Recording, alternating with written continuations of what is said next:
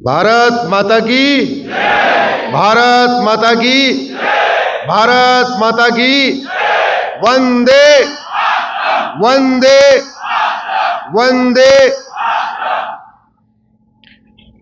सबसे पहले इस पवित्र भूमि को प्रणाम करता हूं,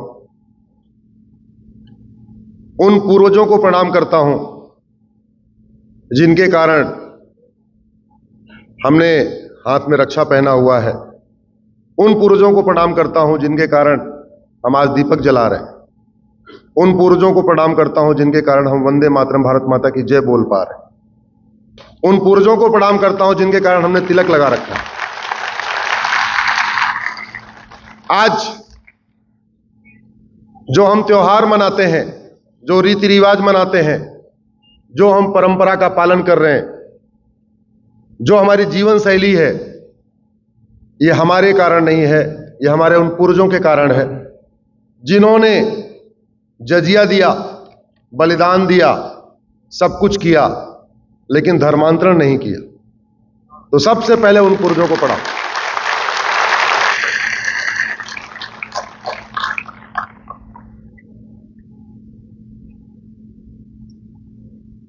मंच पर उपस्थित सभी विद्वज्जनों को मैं प्रणाम करता हूं, सामने उपस्थित सबको प्रणाम करता हूं।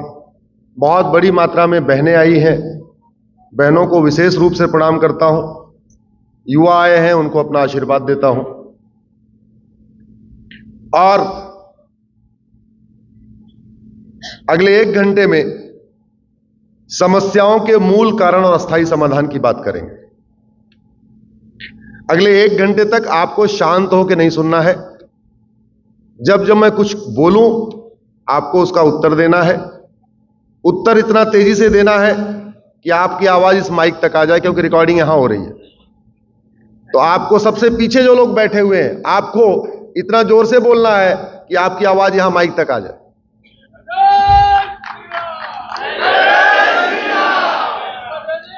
सामान्यतया 3 से 5 करोड़ लोग हमें फेसबुक, यूट्यूब, इंस्टाग्राम, अलग अलग व्हाट्सएप के माध्यम से सुनते हैं, लेकिन मेरी कोशिश है आज आपका यह कर्णावती का कार्यक्रम 10 करोड़ लोगों तक पहुंचे, और वो आपके माध्यम से ही पहुंचेगा। आप ही को ही पहुंचाना पड़ेगा 10 करोड़ लोगों तक। आज का यह कार्यक्रम बहुत विशेष है, क्योंकि इस वर्ष का 2023 का मेरा 80वां कार्यक्रम है। 80। 2023 में किसी सैटरडे संडे को मैं अपने घर पे नहीं रहा, न किसी हॉलीडे में रहा। 14 अप्रैल पड़ी तो देवघर झारखंड अंबेडकर जयंती थी। जब जब कोई त्योहार आया तब मैं बाहर रहा। 2023 में अगस्त खत्म होने वाला है, आज तक मैं किसी सैटरडे संडे को अपने घर पे नहीं था।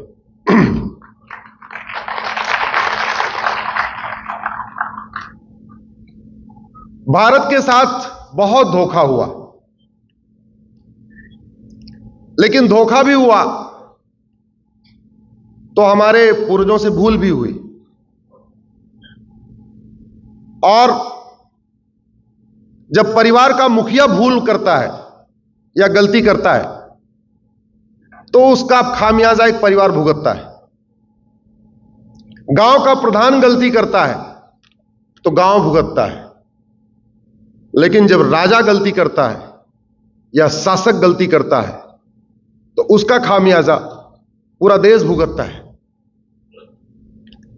अभी आर्टिकल 370 पे सुनवाई हो रही है, उसमें हमारी भी याचिका है। हम लोगों ने आर्टिकल 35A 370 को चैलेंज किया था। टोटल 10 लोगों ने चैलेंज किया आर्टिकल 35A 370 को। इस बीच इस धरती के सुपुत्र आदरणीय मोदी जी ने 35A 370 को खत्म कर दिया।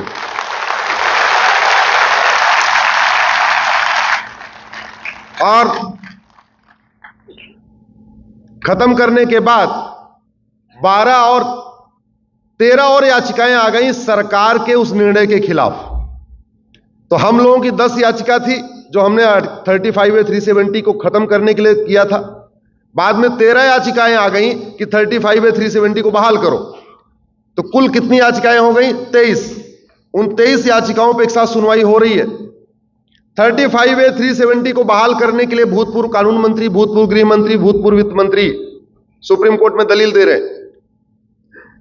और अभी दलील देने के दौरान परसों सॉलिसिटर जनरल तुषार मेहता साहब ने एक पिछला इतिहास पढ़ा, जिसमें जब आर्टिकल 370 लागू करने की बात आई थी, नेहरू जी बार बार 370 के लिए प्रेस कर रहे थे, तो सरदार पटेल मीटिंग छोड़ के चले आए थे।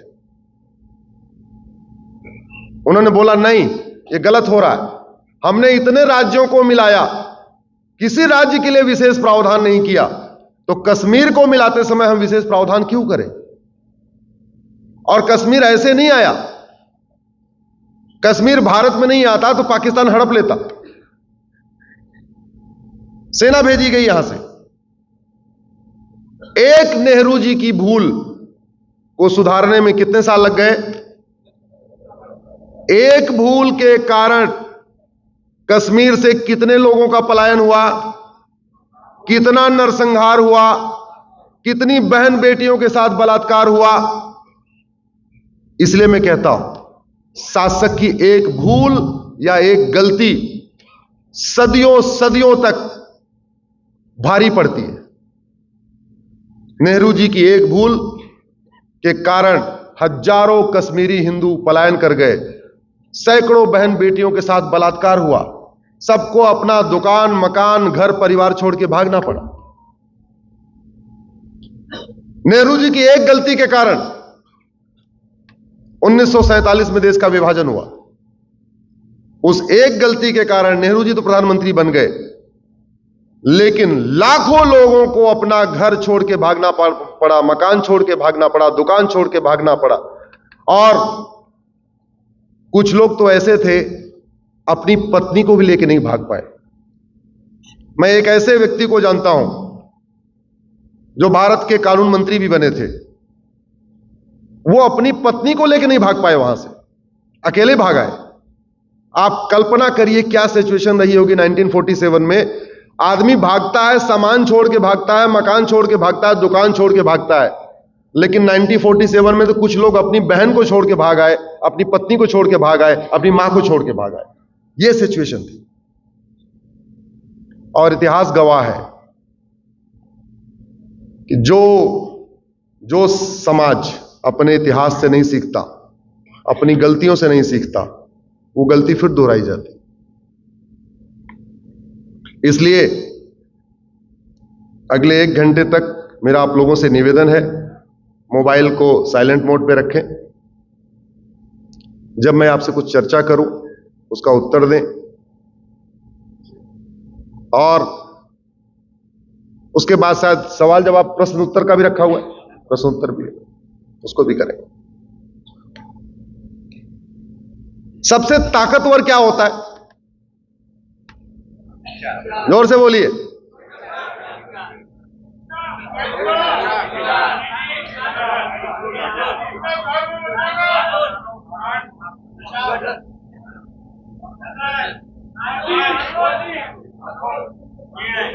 बहुत बढ़िया।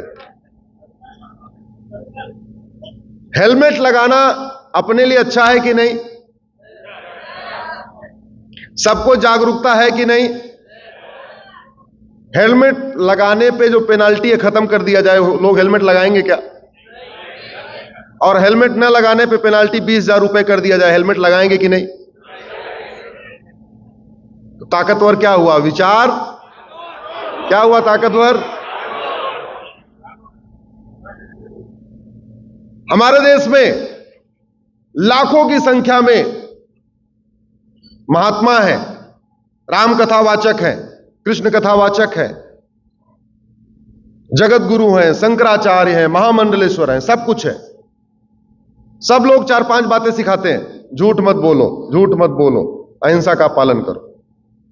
झूठ बंद हो गई क्या? जोर से बोलिए जरा। एक ऐसा मोबाइल बना दिया जाए कि जैसे सामने वाला झूठ बोले, मोबाइल में टिंग टिंग टिंग टिंग घंटी बज जाए। लोग झूठ बोलेंगे क्या? एक ऐसा चश्मा बन जाए कि जैसे मैं चश्मा लगाऊं, सामने जो झूठ बोले मुझे पकड़ में आ जाए। सामने वाले झूठ बोलेंगे क्या?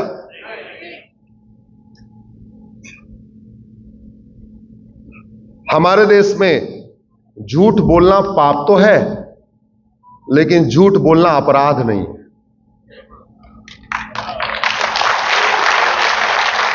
इसीलिए झूठ बंद नहीं हो रही है, इसीलिए झूठे मुकदमे हो रहे हैं, झूठी गवाही हो रही है, फॉल्स केसेस हो रहे हैं, लाखों की संख्या में झूठे दहेज के मुकदमे, झूठे रेप के मुकदमे, झूठे SC ST के मुकदमे, सब कुछ झूठे झूठे, करोड़ों मुकदमे फर्जी चल रहे हैं।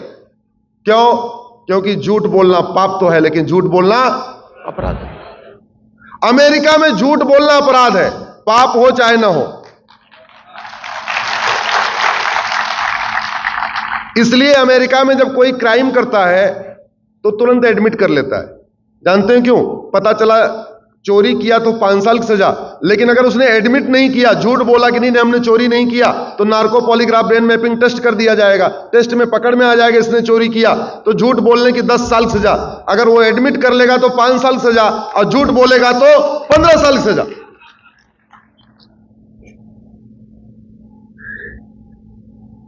इसलिए वहां झूठ नहीं लोग बोलते। इवन डेविड कोलमैन हेडली, जो एक आतंकवादी था, जब वो पकड़ा गया उसने भी एक्सेप्ट किया, हां हमने किया।